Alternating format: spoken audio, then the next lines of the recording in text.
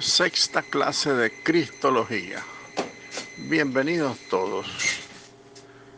Oremos. Ven a mí, Espíritu Santo, Espíritu de sabiduría.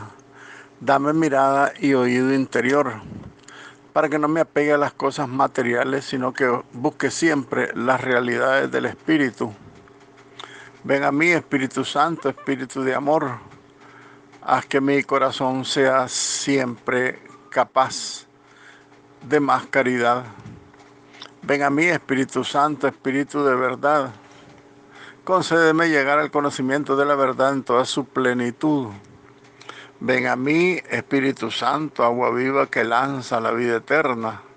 Concédeme la gracia de llegar a contemplar el rostro del Padre en la vida y en la alegría sin fin. Amén.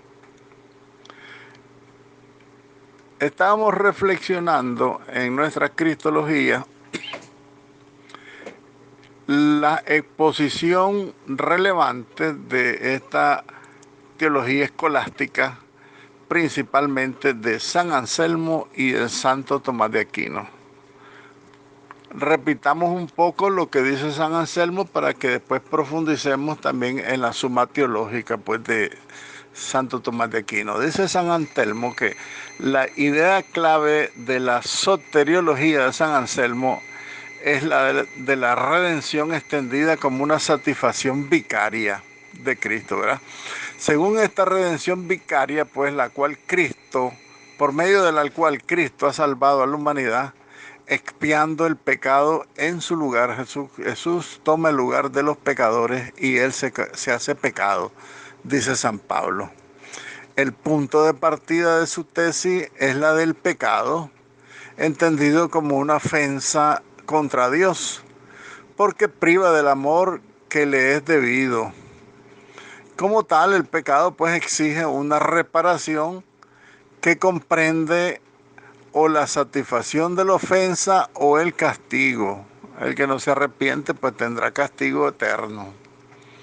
Entonces, dice San Anselmo que el pecado pues exige una reparación, una satisfacción de la ofensa o el castigo. En concreto, entonces, siendo el hombre incapaz por su finitud, porque el hombre es finito, es limitado, no tiene obras infinitas, al hombre se le hace incapaz de reparar la ofensa inferida a Dios, porque la ofensa se convierte en infinita, la ofensa, porque el que se ofende es un infinito, Dios mismo, el Santísimo.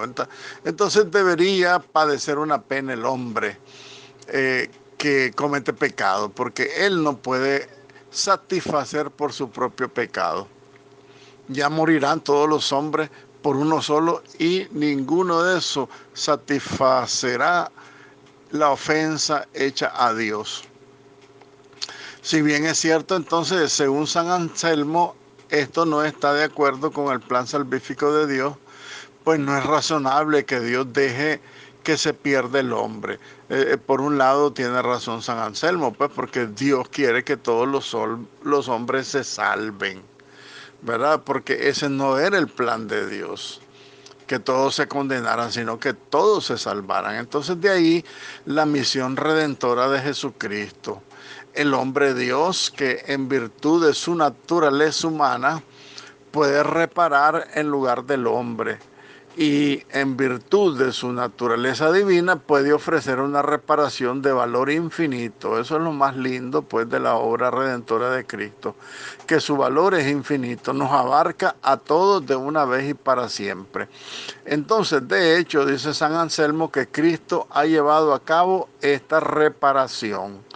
Esa es su soteriología, ¿verdad? Esta es la verdadera razón también por la cual Dios se ha hecho hombre, para redimirnos, para reparar el pecado, como vicario de Dios, ¿verdad? Una satisfacción vicaria de Dios para satisfacer por la ofensa. ¿Cuál era la ofensa del hombre? Pues la primera fue la del pecado original, fue la desobediencia. Y Jesucristo obedece incluso hasta la muerte, dice San Pablo, y una muerte de cruz.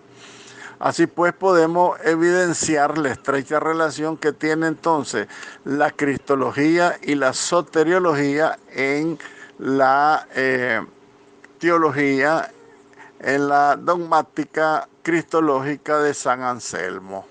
Muy bien. Veamos qué dice la cristología de la Suma Teológica. El tratado de Santo Tomás del Misterio de Cristo es un conjunto cristológico que hasta entonces no había tenido nada equivalente, es algo grandísimo, ni por la riqueza ni por la inteligencia de su indagación en las fuentes tradicionales, ni por la exactitud y la coherencia racional de su estructura y de su exposición, como tampoco por la profundidad visible y casi palpable de su arraigo en una vida de fe contemplativa. Miren qué hermosa, pues, la fuente de donde emana la Suma Teológica de Santo Tomás, para profundizar en el misterio de Jesucristo. Es una cristología, entendámosla, que no tiene equiparación, no tiene comparación con nada. ¿Por qué? Porque tiene una riqueza tremenda, una inteligencia en su indagación de las fuentes tradicionales, también por la exactitud y la coherencia racional de su estructura y su exposición.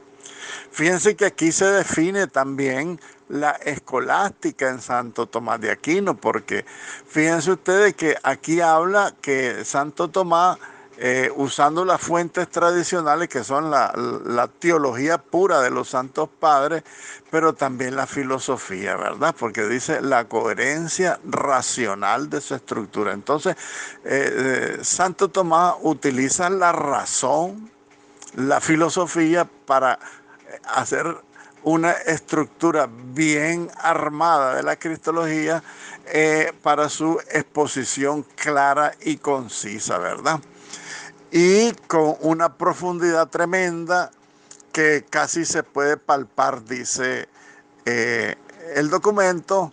¿Por qué? Porque también nace de una fe contemplativa de Santo Tomás de Aquino. Entonces, el plan de esta cristología tomista, que forma un cuerpo único con la soteriología, o sea, la obra redentora de Cristo, es a grandes rasgos pues la siguiente. A ver qué dice Santo Tomás.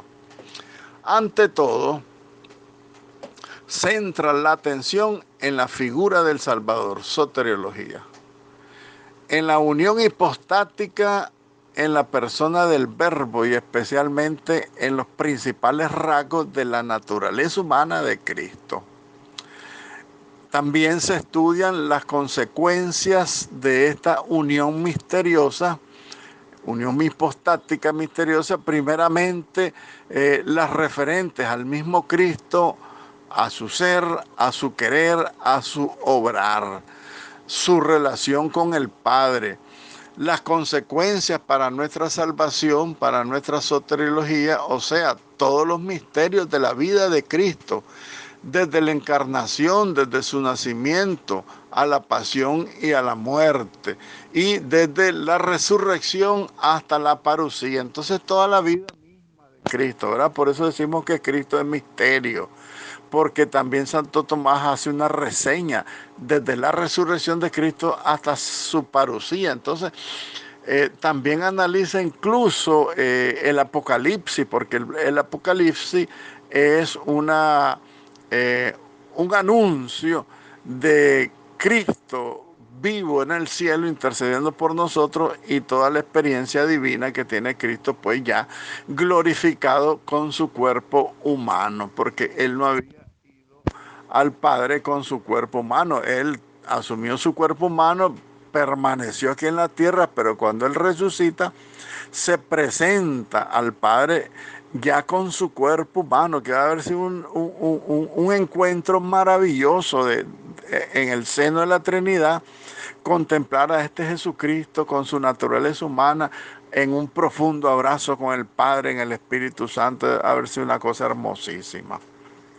Por otro lado también, Santo Tomás ha expuesto el tema Eh, este esquema de este plan de su cristología, también hay que reseñar las novedades doctrinales que el angélico aportó sobre el particular, ¿verdad? Todas estas doctrinas novedosas de Santo Tomás de Aquino, el angélico. El doctor angélico se le llamaba a Santo Tomás de Aquino.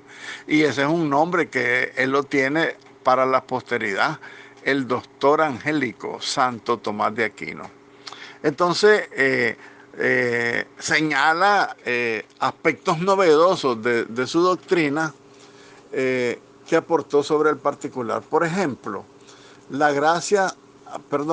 enseñanza sobre la gracia propia de Cristo, la doctrina sobre el conocimiento humano experimental de Cristo. Miren ustedes lo profundo del tomismo del doctor angélico, ¿verdad? Él en su Suma Teológica enseña sobre la gracia propia de Cristo, sobre el conocimiento humano experimental de Cristo, la doctrina de la causalidad instrumental, en la que presenta la humanidad de Cristo actuando como un instrumento unido a la divinidad. Entonces también presenta Santo Tomás la doctrina sobre la actividad meritoria de Cristo y algunas cuestiones relativas a los misterios de la vida de Jesucristo, porque repito, esta clase debería llamarse, por lo tanto, el misterio de Cristo, porque Cristo sigue siendo un misterio para todos nosotros, no solamente para los que no lo conocen, sino para los que lo conocemos. Jesucristo sigue siendo un misterio. El punto central de la cristología de Santo Tomás de Aquino es el relativo a la pasión de Cristo, que para este autor, Tomás, es el momento salvífico por excelencia, la pasión de Cristo. En este momento salvífico, Cristo, por amor al Padre y por amor a nosotros, nos redime a través de su pasión, de su sufrimiento y de su muerte. También considera Santo Tomás la redención como una actividad meritoria, como satisfacción, como sacrificio y finalmente como rescate. Y cada una de estas palabras la profundiza de una manera maravillosa Santo Tomás. La actividad meritoria, la actividad satisfactoria, el sacrificio, la pasión de Cristo como sacrificio propiamente dicho, y finalmente como un rescate. Si bien excluye la idea de que Cristo debía necesariamente padecer para liberar a la humanidad del pecado, y ello por dos razones, ¿verdad? Porque a Dios le hubiera sido posible escoger otro modo de salvarnos, ¿verdad? Entonces, Santo Tomás excluye esa idea de que si era necesariamente para Cristo padecer para liberar a la humanidad. Entonces él da dos razones. En primer lugar, dice, Dios hubiera podido redimir al hombre de otra manera. Y porque es absolutamente inconcebible que el hombre Jesús no afrontara la pasión libremente. Entonces la misma libertad de Jesucristo juega un papel preponderante en esta idea de que Cristo debía padecer por obligación necesariamente, porque Dios hubiera podido crear al hombre, salvar al hombre de otra manera, pero aquí influye la propia libertad de Cristo, hombre, para padecer la pasión libremente.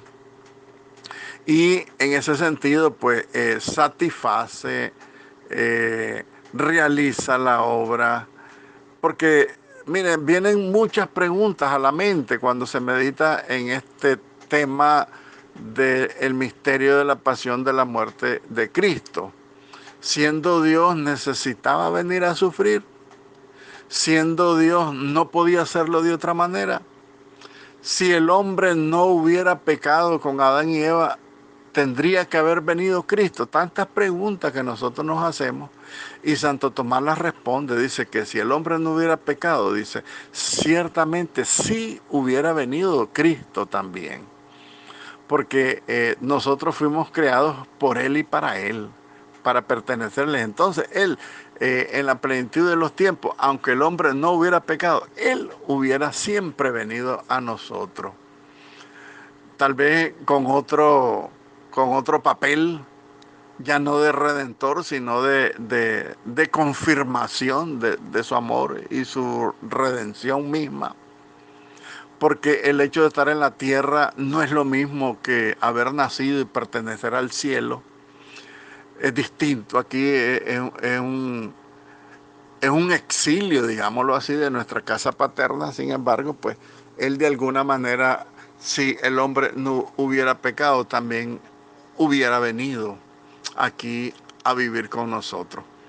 Entonces, concluye Santo Tomás que el Padre ofreció al Hijo por amor a los hombres y Cristo se sacrificó por amor al Padre con un amor que supera con creces las exigencias de la justicia. Esa justicia revelaba también la profundidad del amor de Dios e incitaba al hombre a corresponderle. Eso es en síntesis, pues, la cristología de Santo Tomás de Aquino. Es profundizar en cada uno de los aspectos de este misterio cristiano, de Cristo, perdón, y dejarnos de una manera clara con la fuente de la tradición y la teología, pero también con la fuente de la capacidad de raciocinio, ¿verdad? De la intelectualidad, del conocimiento, o sea, de la filosofía misma, ¿verdad? Como todo un buen escolástico, Santo Tomás de Aquino. Muy bien, continuemos la cristología en la época moderna. En este periodo de la época moderna se advierte una peligrosa involución doctrinal que terminará siendo una amenaza hasta nuestros días para el dogma cristológico. Por lo cual, pues, vamos a fijar nuestra atención en la enseñanza de Lutero acerca de la obra y la persona de Cristo, en el enfoque de los tratados cristológicos posteriores a Trento, posttridentino, y por último en la evolución doctrinal a partir de Lutero en el campo protestante y en el campo católico. Aquí ya estamos hablando del siglo XVI. Miremos un poco la cristología de Lutero, que es una cristología herética, por supuesto. Ya de inicio, sin leer el tema, ya lo calificamos, ¿verdad? Herético. Entonces, Lutero marca la transición del pensamiento antiguo al moderno. Lutero aparece así proyectado hacia la mentalidad del hombre moderno, que pone en el principio de todo conocimiento la experiencia personal y la exigencia de dar una interpretación de la existencia propia del ser humano.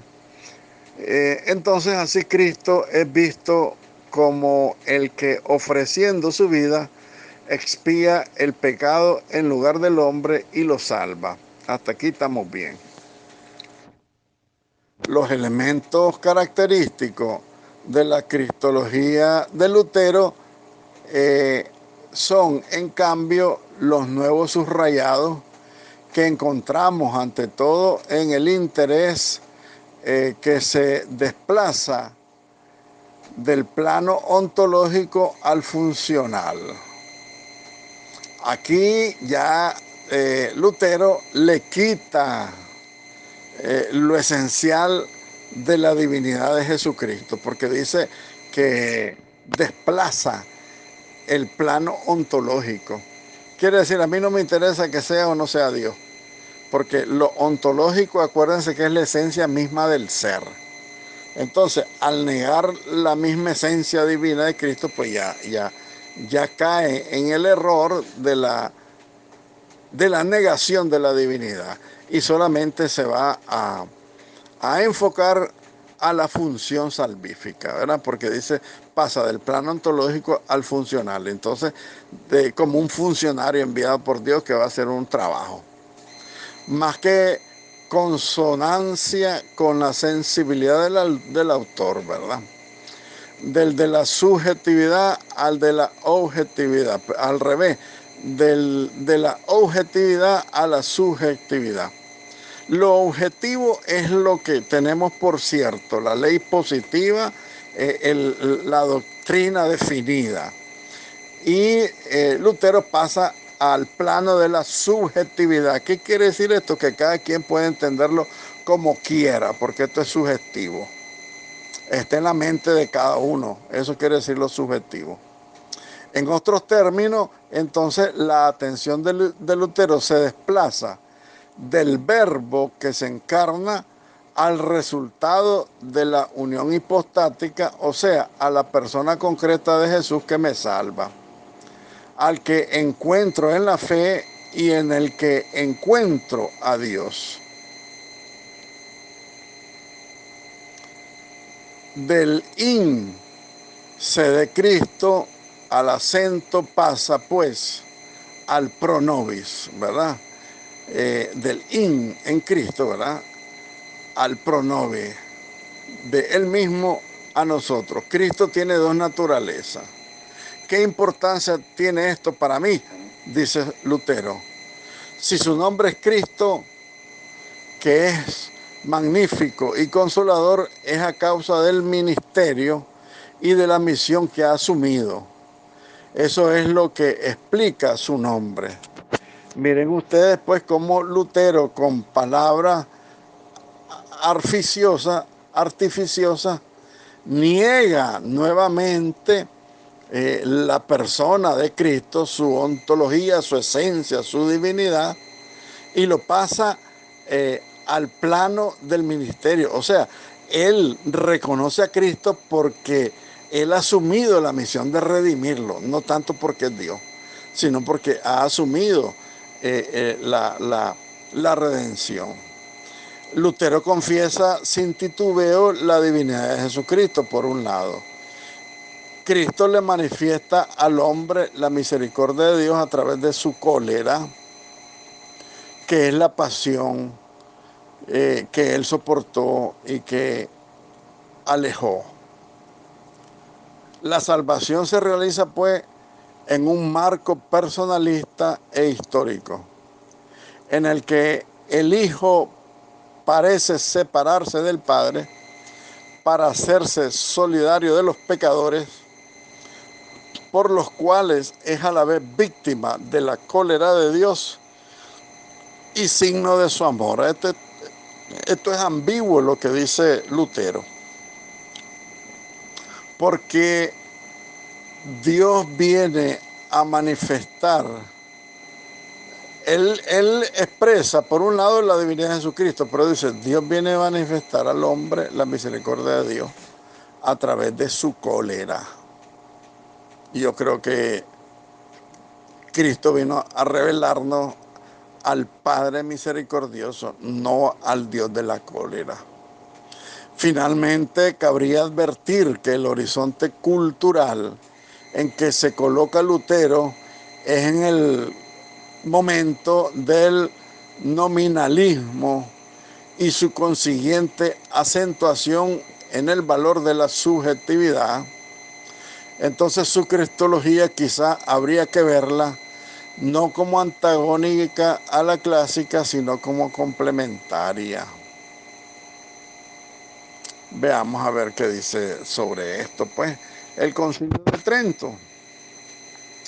La cristología desde el tridentino hasta el siglo XX, hasta el siglo pasado.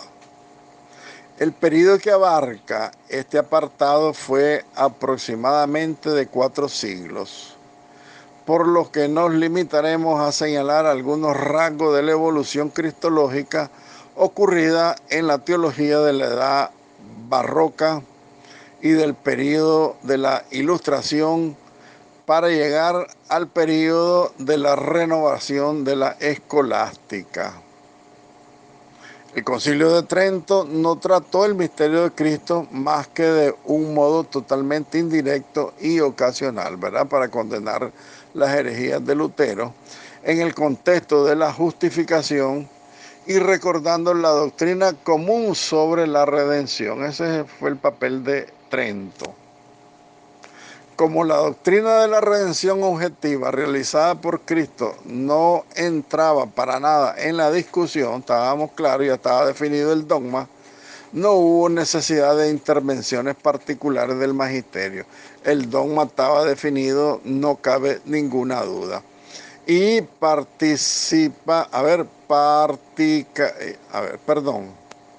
prácticamente más bien, desde el siglo XVI hasta el siglo XIX, se mantuvo en el surco de la enseñanza de la escolástica, tanto respecto a la cristología como a la soteriología. Entonces, este periodo del 16 al 19 de estos siglos, se mantuvo la doctrina escolástica, la enseñanza escolástica. ¿Por qué razón? Porque la iglesia, a partir de la escolástica, tiene que dar razón de su esperanza, como dice San Pablo. Esto significa que el tema teológico debe ser razonado para que el mundo contemporáneo lo entienda, a la luz de la razón, pero también a la luz de la revelación. Entonces son los dos temas escolásticos, ¿no? La revelación y la interpretación, el conocimiento mismo de la revelación. La interpretación, la explicación razonada de lo que es la teología, de lo que es el dogma cristológico. Por su parte, Suárez, teólogo también, ¿verdad?, de la Edad Moderna, intentará hacer una conciliación entre la doctrina de Santo Tomás, según la cual el fin de la encarnación es la redención, y la escotista de Escoto, ¿verdad?, para la cual el fin es en cambio la manifestación de la gloria de Cristo, para lo cual hace suya ambas posiciones. Entonces Suárez toma las dos posiciones, ¿no? La manifestación gloriosa de Cristo, pero también su misión redentora, ¿verdad? Y la finalidad de su encarnación, que también es la redención. Recuerden que siempre hemos dicho que la obra de Cristo inicia desde su encarnación y Él se encarna para redimirnos, ¿verdad? Por otro lado, en este periodo de la Ilustración, al colocar la razón como último instrumento válido de investigación, introdujo una profunda crisis de fe, considerando a Cristo como puro hombre y no como Dios. Y es que en la Edad Moderna, a partir del siglo XVI, como decíamos, Concilio de Trento, primero la doctrina protestante, la cristología protestante, después el Concilio de Trento que define algunos aspectos ocasionales de la justificación y la redención. También tenemos estas dos incidencias en el marco de la enseñanza de estos últimos siglos, pues el tema escolástico, que Suárez y la Ilustración intervienen de alguna manera. Ya dijimos que Suárez profundiza en la redención y también profundiza en la manifestación gloriosa de Cristo, pero la Ilustración es una filosofía atea que quiere destruir la fe cristiana. Pues, la Ilustración, recuerdan que inicia con la Revolución Francesa y eso quiere destruir la fe.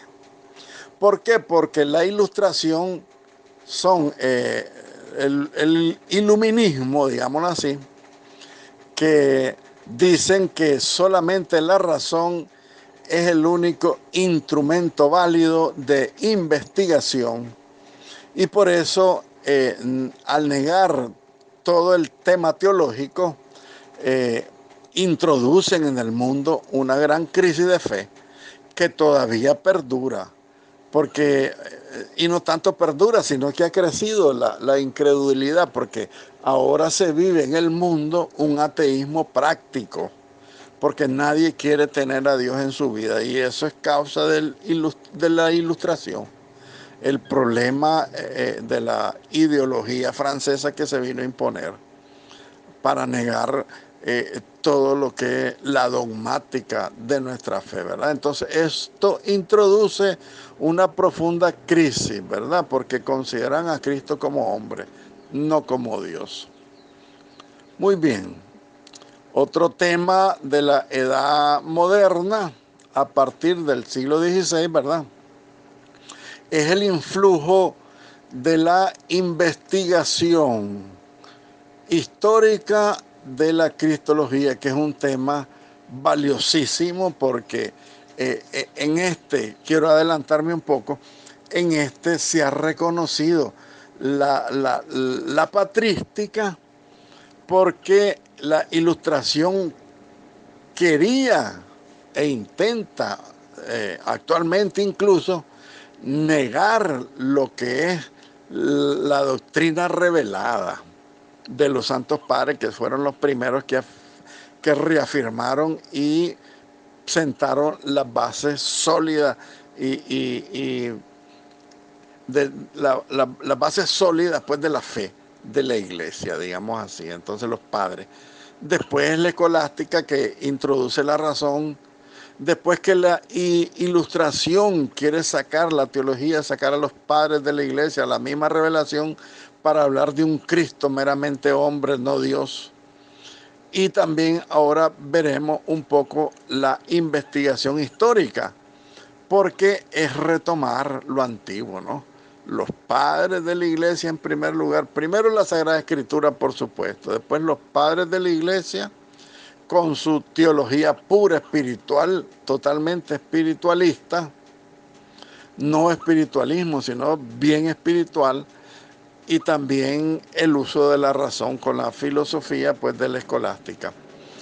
Esto sucede desde finales del siglo XVIII hasta principios del siglo XX, o sea, de 1800 a 1900 y pico. Por su lado, en el ámbito protestante, también en el lado católico, la evolución de la cristología se caracteriza generalmente por la aplicación cada vez más masiva del método histórico en el estudio de los textos bíblicos.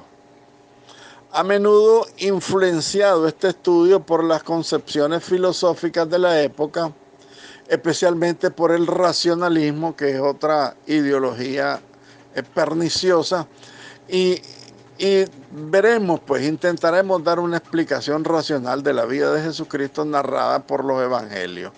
Ese es el pensamiento o el influjo que tiene la investigación histórica de la cristología. A finales del siglo pasado, ¿verdad? Ya a finales de 1900, comienza en el campo protestante la introducción del método crítico en teología. O sea, para negar todo lo que es la teología, ¿verdad? Ese es el método crítico protestante. Pudiendo citarse la escuela liberal y la escuela escatológica. Doctrinas que creen poder llegar al Jesús de la historia únicamente partiendo de los testimonios de los evangelios sinópticos y concluyendo con una figura de Jesucristo en discontinuidad con lo anunciado por la predicación de los apóstoles. Esto es meramente influencia protestante. Por lo tanto, porque ya vemos la intención que tiene pues estas escuelas liberales protestantes. La escuela liberal significa que ellos son libres de la interpretación y solo quieren basarse en el testimonio de la Sagrada Escritura en los evangelios sinópticos. Entonces concluyen su análisis totalmente errado porque se pierde pues la continuidad que tiene lo anunciado por los evangelios, por la tradición apostólica y por la predicación de los apóstoles, negando pues incluso a estas alturas niegan la veracidad de la Iglesia Católica porque la intención de ellos es desligar el Evangelio de la Iglesia Católica sin darse cuenta que la Iglesia Católica fue la que eligió el canon de toda la Sagrada Escritura, no solamente de los Evangelios. Y recordemos que Cristo está en toda la Sagrada Escritura, no solamente en los Evangelios. De allí viene la crisis modernista. El modernismo, suscrito en el campo católico, allí en el ambiente mismo católico, suscitó una profunda crisis. Estamos en los años, ¿verdad?, modernos del siglo XX, del 1902 al 1910, los primeros 10 años del siglo XX. A su vez provocó amplias reacciones que ejercieron un influjo por lo general negativo en la investigación exegética, ¿verdad? Entendiendo la exégesis sobre la interpretación de la Sagrada Escritura. Entonces los modernistas influyeron en el mundo católico y en ese mundo católico se creó una profunda crisis doctrinal. Provocó muchas reacciones que ejercieron un influjo negativo en la investigación del exégesis. O sea que la interpretación libre de la Sagrada Escritura allí tomó un auge que hizo mucho daño. Pero no es que por eso la Iglesia haya prohibido tener la Biblia, como los protestantes nos acusan, sino que la Iglesia, con este problema del modernismo, custodia más celosamente la Sagrada Escritura. La Iglesia sostiene el depósito de la fe que está insertado en la Sagrada Escritura, en la tradición y el magisterio.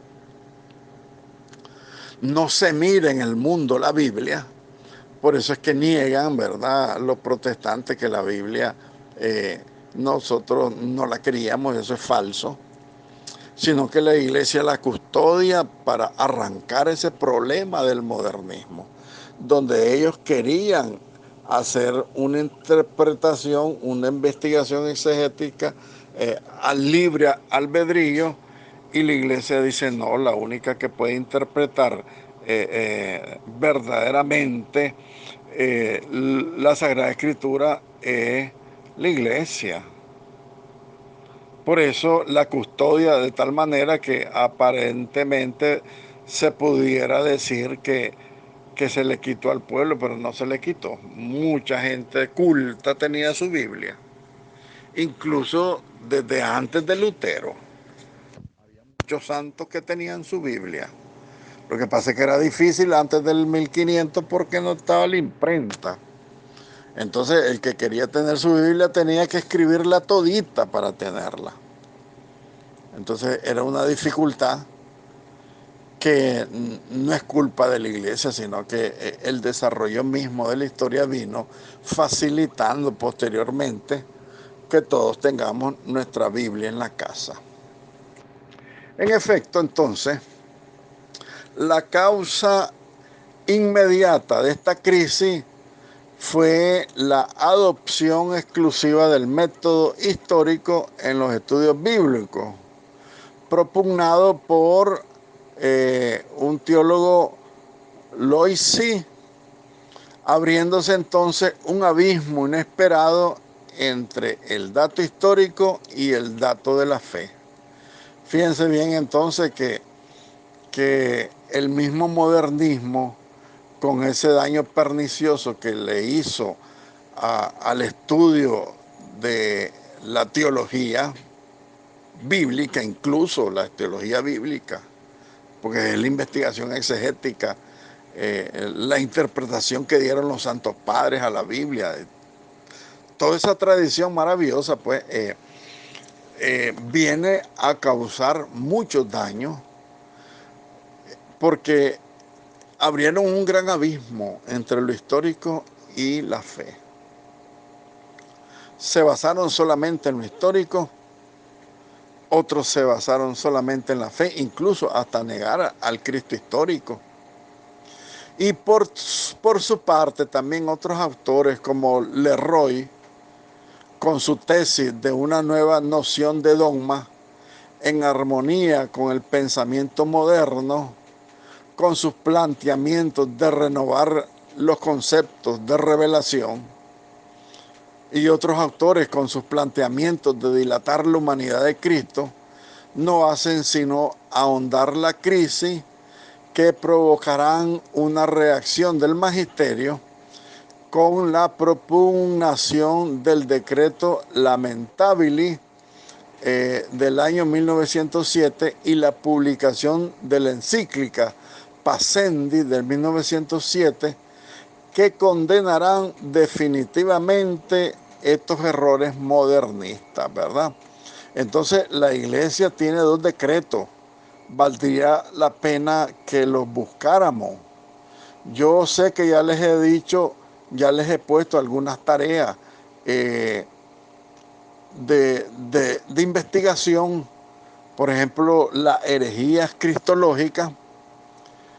Vamos a investigar estas encíclicas, estos decretos de la iglesia en 1907, donde condenan los errores modernistas, que no se puede separar el dato histórico del dato de la fe, que no se puede separar los estudios bíblicos del magisterio de la iglesia, de la tradición de los santos padres y de la escolástica.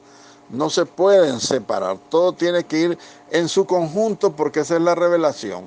Recordemos que Santo Tomás de Aquino fue el gran recogedor, digamos así, de toda esa doctrina tradicional de la iglesia a partir de la Sagrada Escritura y el magisterio histórico de la iglesia, para hacer la teología más completa. Por eso se le llama el doctor angélico, el doctor de la iglesia, Santo Tomás, porque incluso muchos concilios a partir de su vida, en 1200, 1300, Santo Tomás, Concilio de Trento, Concilio Vaticano II especialmente, recomendará todita la teología de Santo Tomás de Aquino, porque es la que abarca todo el pensamiento teológico tradicional y escriturístico de la revelación. Eso es lo maravilloso. Entonces valdría la pena averiguar este decreto Lamentabili y la encíclica Pascendi. Yo voy a investigarlo también, voy a ver si se las envío, Dios mediante, hoy también, para que la lean, ¿verdad? Porque valdrá la pena ver qué es lo que dice en respecto a la condenación de estos errores modernistas, ¿verdad? Que fueron suscitados desde un comienzo por Lutero, por la libre interpretación, por el modernismo, pero también la ilustración y también la interpretación que hace Suárez, ¿verdad? La ilustración, el protestantismo, el modernismo. Y estos dos decretos, pues, de la iglesia. Vamos a verlo, vamos a investigarlo y ahí se los pasamos. Ave María, gracia plena, Dominus tecum, benedicta tui mulieribus, et benedictus fructus ventris tui, Iesus. Santa María, Mater Dei, ora pro nobis peccatoribus, nunc et in hora mortis nostre. Amén.